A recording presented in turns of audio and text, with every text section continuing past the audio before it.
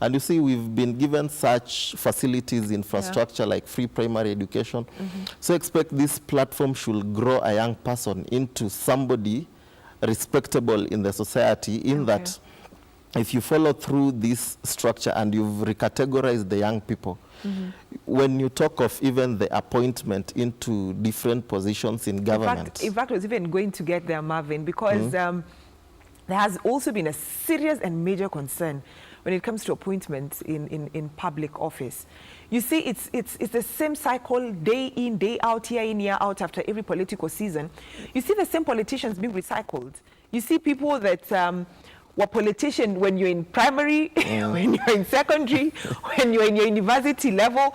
It's the same politicians being recycled year in, year out when it comes to appointments. Yet you're talking about giving young people the opportunity of probably, leadership. You know, I normally look at it in this manner. Yes, we've had, these politicians that we normally say they are being recycled by the authority that be. We look at them and say we've been left out. But in my interaction with the politics in our country, young people, they don't ask for these positions because they are young. They ask for these positions because they qualify for some of these positions. But you look at... What do you mean by that, Marvin? But that young people don't ask for these positions because they're young? They don't ask for this position because...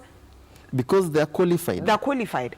Yes. You see, professionally, I'm an economist and I'm an accountant. I have quite a number of background. Okay. You see, I'll ask for this position, not because I'm a young person, but because I qualify for that position. Yeah. But now the question that begs is, how have I positioned myself? Does even the appointing authority know that there is a young person looking for this position? But so are you trying to say, Marvin, are you trying to say that these recycled politicians in some of these positions, they position themselves very well?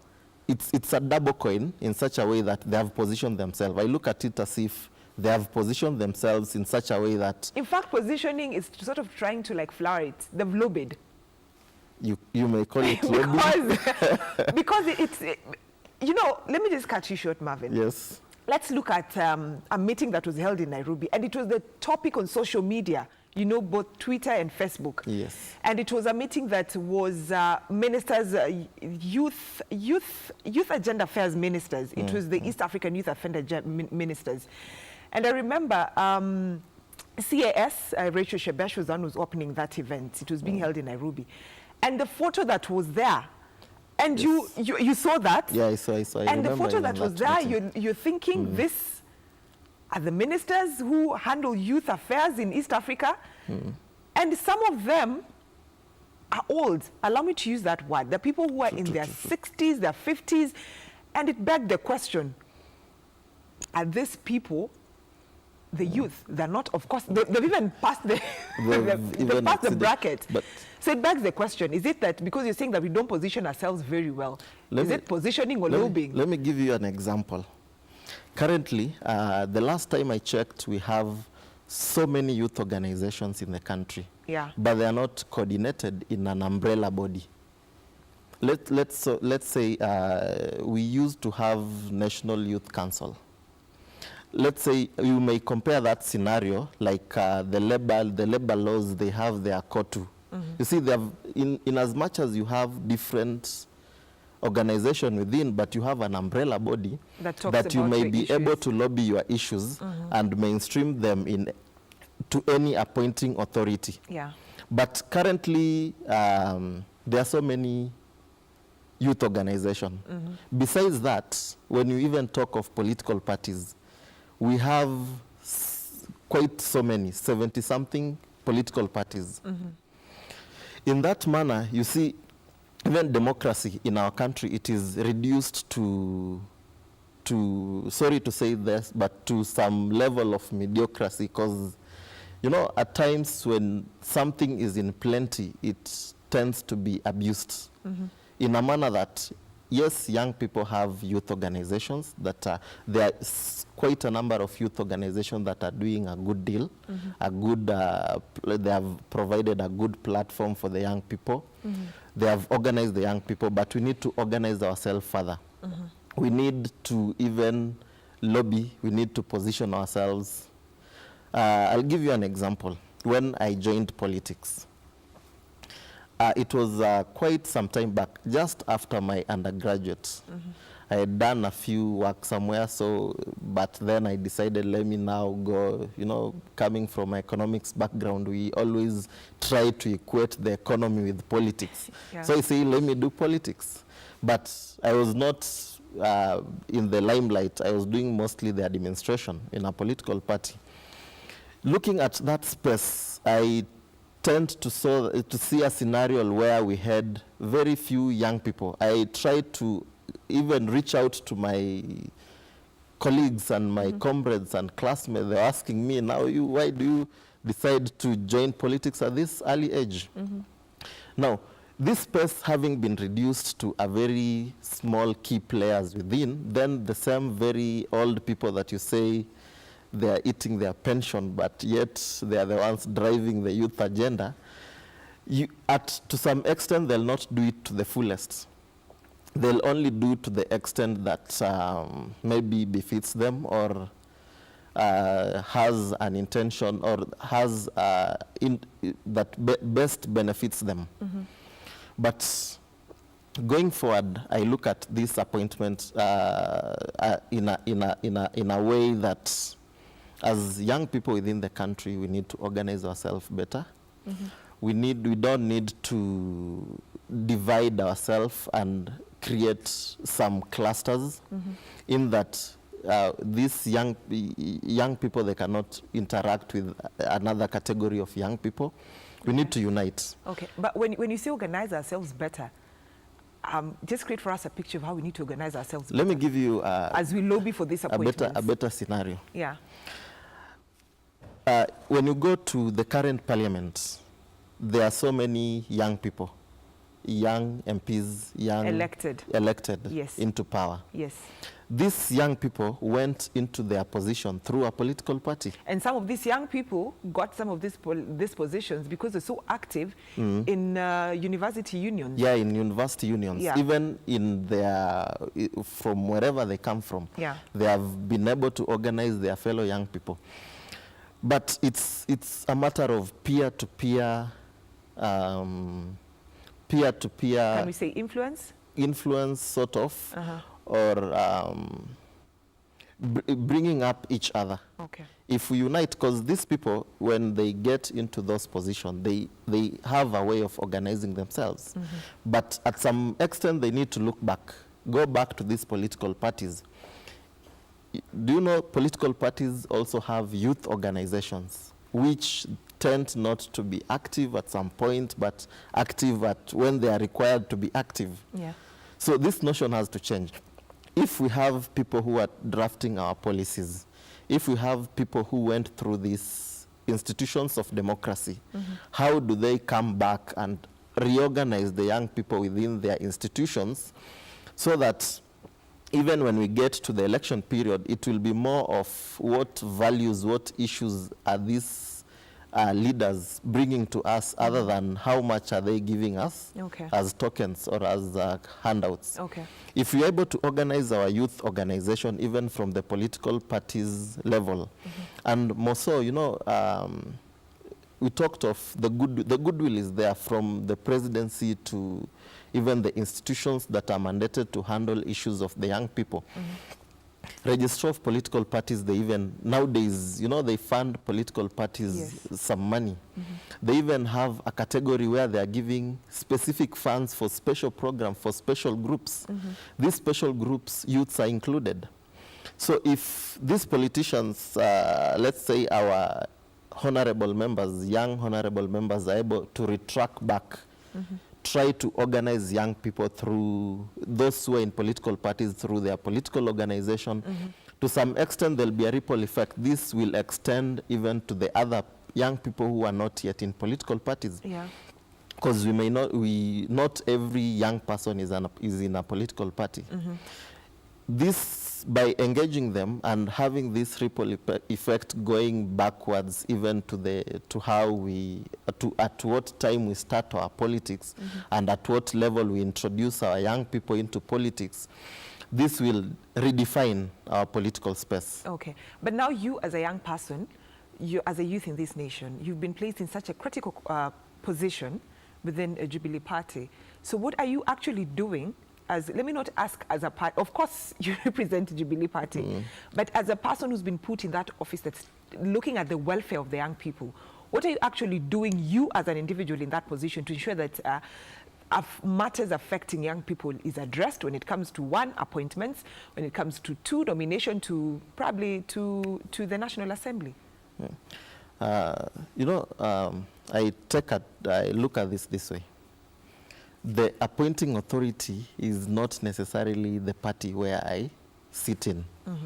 And by the fact that I sit in the party that even sponsors the current president and the deputy president, amongst ourselves, we coordinate our issues. We have our youth caucuses, we have our youth meetings within, and we are even, because what we are currently doing as a party, we are trying to see, yes, we had an election. And maybe let me take you back a little bit.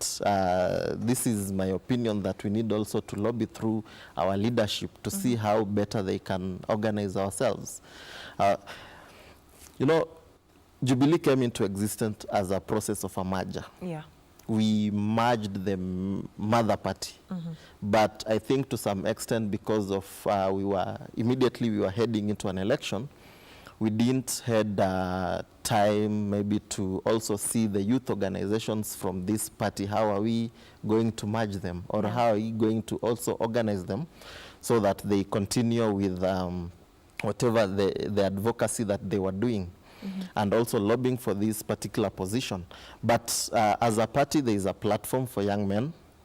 Young men within the party, we have different platform where we meet. We try to set our agenda, because currently we are also in the process of, you know, as a nation we have the Big Four agenda, but us as young people within the party, we also in the process of trying to see how do we set our own agenda?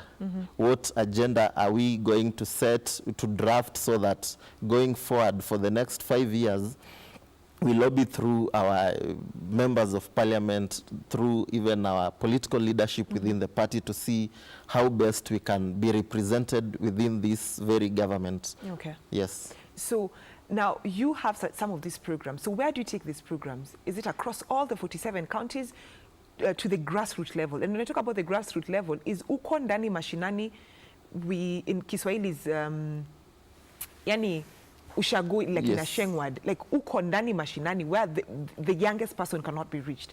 Are you taking those programs there, and how effective have the programs been?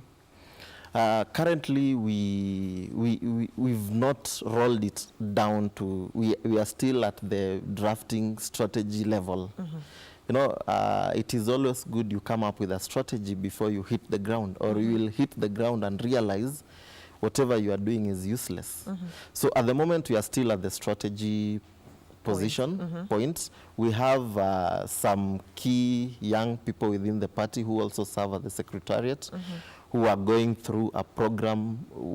It's called a Program for Young Politicians in Africa. These young people, which I'm part of it, we are trying to benchmark our party with other major political parties within East Africa.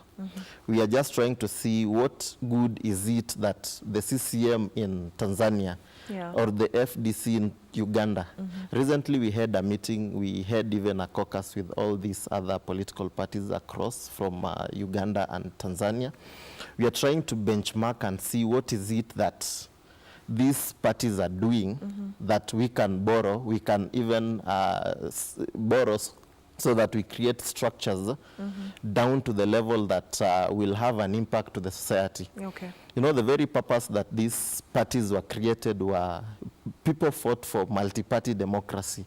And us, from where we are enjoying this multi-party democracy, and given such a good opportunity, we need also to make sure that it has an impact to the people, to the very person who even doesn't know much about maybe what happens to the very basic things that mean to a common person. A common person will worry not about maybe major infrastructure, but they'll worry about what they're going to eat for that particular day, or how they are going to educate their children, how they are going to ensure that their homestead have water, how they are going to maybe ensure that they have proper health care facilities within their own region. And I think to some extent, as even young and even political parties, devolution is quite a good thing that we also need to implement in our own youth organizations within our parties. Okay. Now let's move now from there. We cross over to, it will take us back to a bit of some of what we had talking about earlier, employment. There's the youth fund. Do you think the youth in this country are taking advantage of this youth fund? Because I mean, all of us, when you go to school, you're thinking of an 8 to 5 job. Yes, true. A CEO somewhere, a manager somewhere, a director somewhere, even if you're not a director. But at the end of the day, you have something that pays your bills. Do you think, just apart from the youth, you know, you've left university, now you're looking for a job. Do you think young people are just glued into an 8 to 5 job? And if not, are they taking advantage of the youth fund that the government has set aside? First I'll start by, let me ridicule our education system that we went through, the 844, and it's good that we've had initiatives that we are rolling out a new system. But you see, the content and the design and the structure of the current education system has put it in such a way that after your nursery school, you go to high school, you finish high school. During all this time, do you know, when I was going to school, maybe you went to a different school, but at no particular point, there was emphasis on how you can start your business, grow it, develop it, employ, be this employer. These are skills that people tend to acquire maybe as a second thought. Every person go to school so that they get a white-collar job, but this notion has to change. And also, I also look at this fund that was created. It was for good intention, but the target group has to be relooked into. Recently, we were being told of young people cannot access these funds because they have been listed in CRB and there was a waiver lift on the same. So the uptake has not been good. But is it because being listed in CRB, it clearly means you're not able to pay, you've not paid your loan somewhere. You've not paid your loan. And of course, it's because of the economy. Because people, you might borrow money, you're starting something, it didn't work out and everything. So is it just because of that? Or we're not, we're not like focused enough as young people to take this fund? Not exactly, but there is diversity in every young person. There's those youthful persons who are geared or they are focused to ensure that they are into business. I know I have so many of my friends the same age, but they are purely into business. And we also have those ones that needs to be taken to be capacity built to a certain level for them to be able to access such things.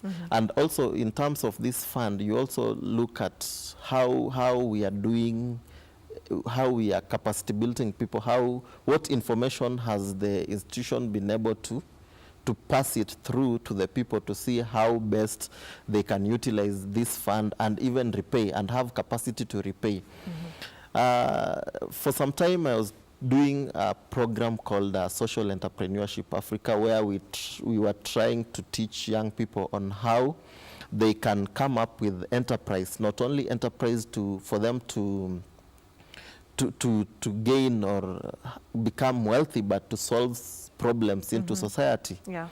You could clearly see young people have a will and have all good intentions to develop themselves and to enjoy these particular resources that have been put in place. But the will, you may compare it to the software, as in the young people are willing, but the ability and the... is what they lack. Is what they lack. So to some extent, I think the organization need to do more.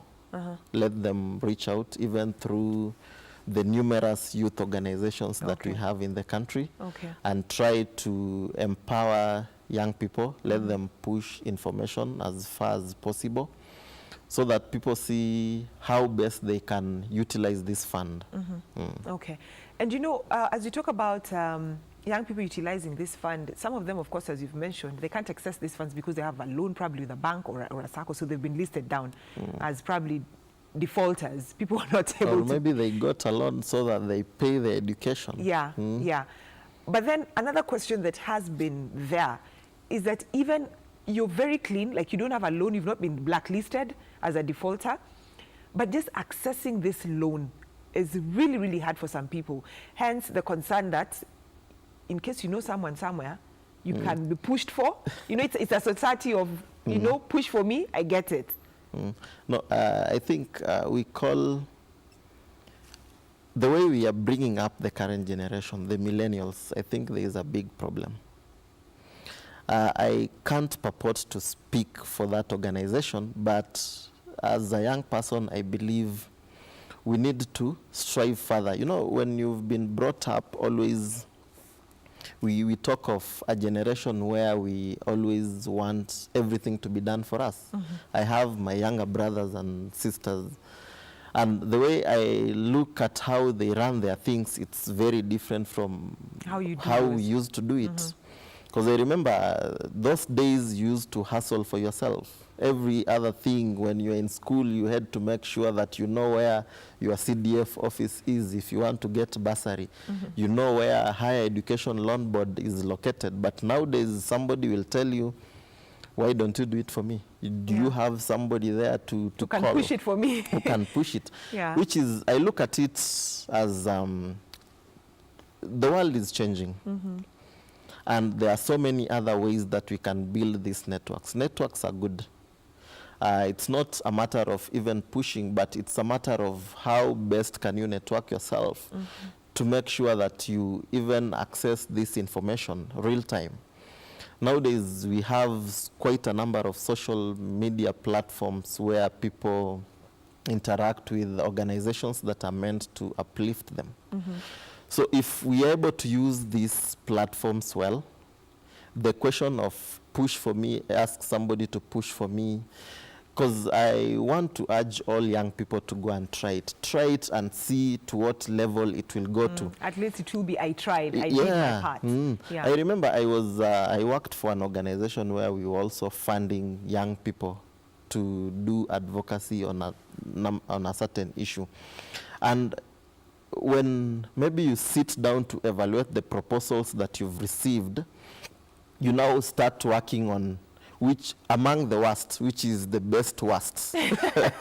Among the worst, which is the best worst. Which is the best this person worst. Didn't do the homework well. Yeah, so you tend to maybe receive. I think we, as young people, we need to push out information as much as possible. Let us, the enlightened young people, let us reach out to the other to the other people. We should even go to the grassroots level and try to see how our young people are faring on. So as much as we're seeing how our young people are faring on, and I think some young people in this country now feel like corruption is the way to go because of the corruption scandals that have affected some of the institutions that have been set up by the government to fight for the rights of the youth and to ensure that the youth are empowered. Look at what is happening at the NYS. This is the second scandal, and it's it's bigger than the first NYS scandal. And young people are like, okay, even some of the people who've been arrested are the youth. So you're thinking, then this is the way to go. Do you know, on the corruption issue, it is quite saddening what is happening, the reports that we are receiving. And to some extent, as a young person, it pains me a lot. But I look at it this way. Our upbringing currently is very poor. As a leader, let's say, as a young person, I redefine corruption in this manner. If you, as a person, you want to wake up late and expect to be given priority on our traffic road, that is pure corruption. If whatever you use in your house, let's say if you, in your house, when you are taking tea, you only use one spoon of sugar, then in a restaurant you go to a public place, you take like 3. That is how we've condoned this corruption in such a way that where we are, we need a proper intervention. And I like the fact that there is goodwill, there is good intention to fight corruption. And you can even see the discussion that we currently have in institutions that are mandated to oversee any other organization. There is so much goodwill to fight corruption. And also I look at it this way. If today we don't empower our young people, they will realize that their life is almost, it's wasted when they get to 40. Now they become, they get into some hurry or panic mode. That is where, and depending on how you've been brought up, you know, most of us, we've been brought up in Christian organizations, institutions. But aren't everyone who is involved in this corruption brought up in a Christian family? No, you know, values in life, it is not something that is like you are formatted and they are input, they are installed inside you. It is something that you grow in it with time. There are things that as a person I can't do because of how I've been brought up. Okay. I'm trying to see how sanity can be reinstalled in all our organization. In wherever you do, you try to see how best you can do it to the interest of a common person. But when it gets to that level where, you know, corruption is a form of selfish interest among a few. Because you look at it, the stories that we've been hearing, I'm hoping the court will clear the issues so that we have, you know, I don't want to speculate a lot. But we are not even, okay, yes, Marvin, we don't want to speculate a lot, and it's even legally, it's not right for us to discuss a matter that's in court. But here you're talking about a young person being empowered. Yes, you've empowered me as a young person, but when I sit in this country, I get frustrated. Day in, day out, you wake up and you're like, millions lost. Within a span of a minute, millions lost. And these funds are supposed to empower me. Like, okay, I've already been empowered. But these funds are supposed to help another youth who's not even able to pay money for school fees, who's not even able to get employment. Because look at NYS. It is supposed to be an institution that empowers the youth with skills. But then, if funds that are meant to empower me and another person with skills, things are not working well, then you ask yourself as a young person, where are we headed to as a country?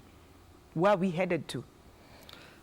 True. Looking at how things are handled, because all these things are meant to benefit us as young people. But the trend in which we are receiving scandal issues and highlights, and it's wanting. I agree with you. No, something has to be done. And it's good. We need to take, every person has to take an individual stand.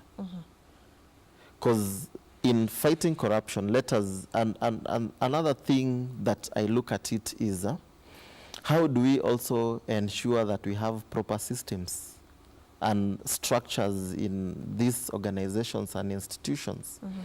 Because there's how human beings are built. Maybe somebody may say we are selfish by nature or we are greedy by nature. But these are things that can easily be worked on. If an individual cannot change, then the question that begs is, how do we ensure that structures and systems are put in place? But even how do we even engage professionals? You know, professionals, they are guided by, they have their own professional bodies. I'm a member of one professional body's Institute of Certified Public Accountants.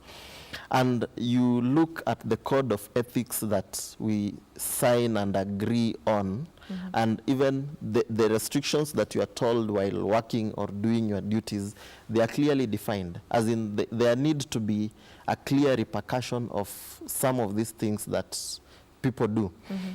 So that it's so clear that if you misuse funds that were meant for this particular purpose, you should be dealt with according to the law. Okay. And let the law take its due course, and let us see people refrain from doing things that will endanger our society and our, yes. But as you do that, isn't it not saddening to you, Marvin, that even as you lead the youth, that some of these people who are involved in corruption, the saddest thing also is that even the young people are being arraigned in court because of corruption. Like, look at the NYS scandal, the second scandal. Young people are also there, they've been mentioned and arraigned in court.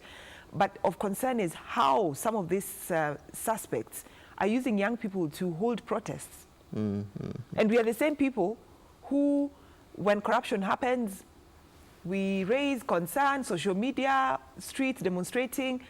Then the next day, you're seeing the same, look at like what happened at NYS. It's young people who are brought together, were in the streets demonstrating, oh, release this person, very innocent.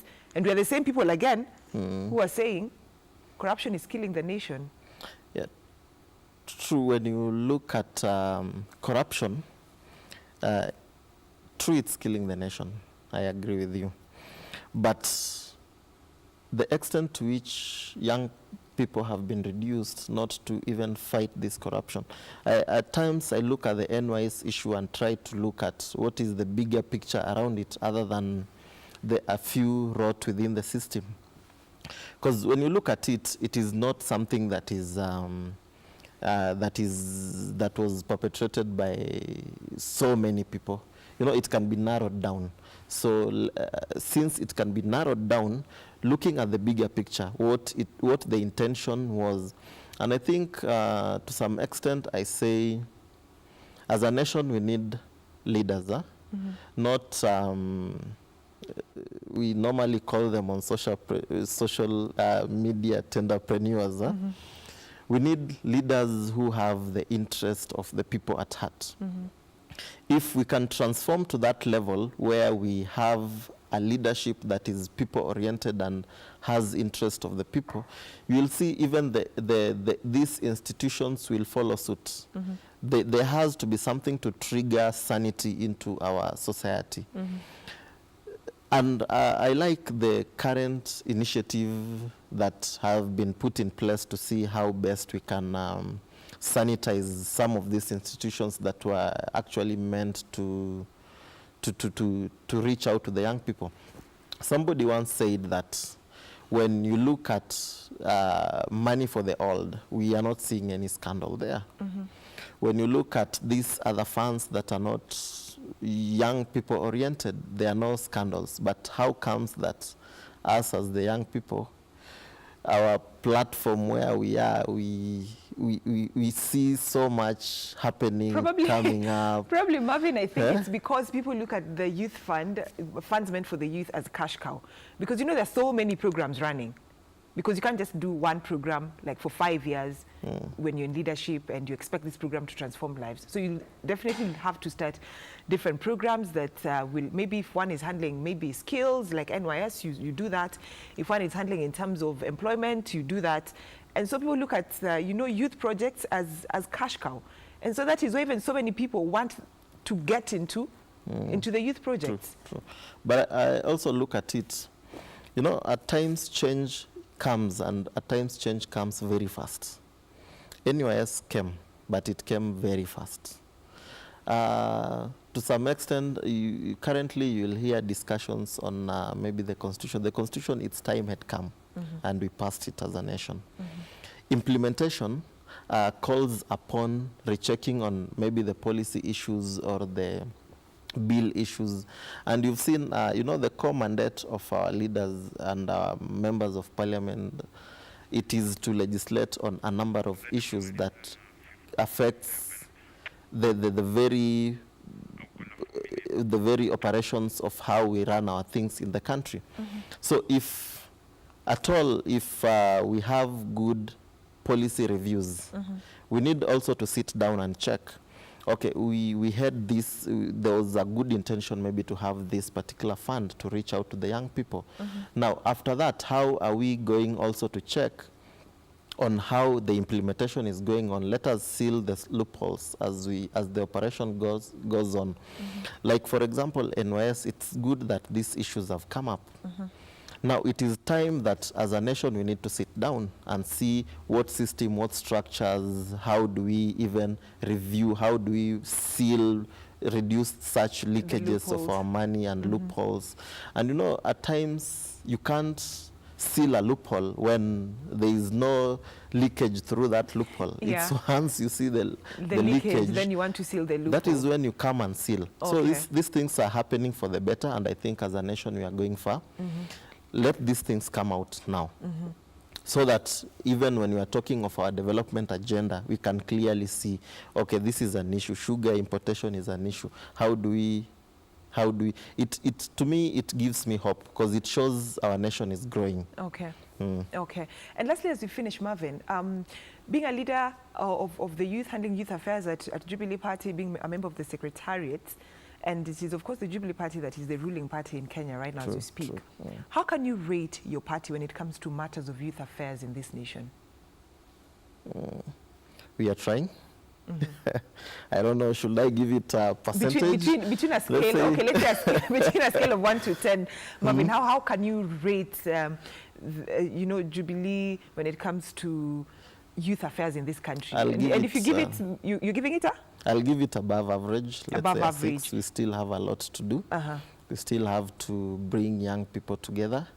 Let every person have a voice. That is why democracy, that the people earlier on fought for it. It's a matter of, yes, we are trying. And you even see current appointments we've had young people coming in, but it's not enough. We need still to lobby further. We lobby more, see young people, qualified young people come into position to uplift the other young people in the society. And what do you think has been a major challenge for the party to ensure that youth agenda is driven forward to its success? One reason that I'll attribute to that is our political space generally as a nation. You know, and it's a culture that I think as a young people I need to see how best we can work against this culture. We've always had political parties being more vocative and more loud during election period, but immediately after election, you see, we tend to retreat back. Now we start lobbying for positions. Is it because people view the youth as gullible? Because when you hear politicians speaking during campaigns, they say, we'll do this for the young people, you're unemployed, and this and this. When they get into office, the tone goes down, like you never promised anything. True. I agree with you. The perception, and you know, us, we need to rework, as young people, we need to rework on that perception, so that when the other, our elders see us, they see us as potential future leaders. They see us as very key part of this society. They see us as a solution to the problem within our society. It's a matter of us as young people, we need to work on that perception.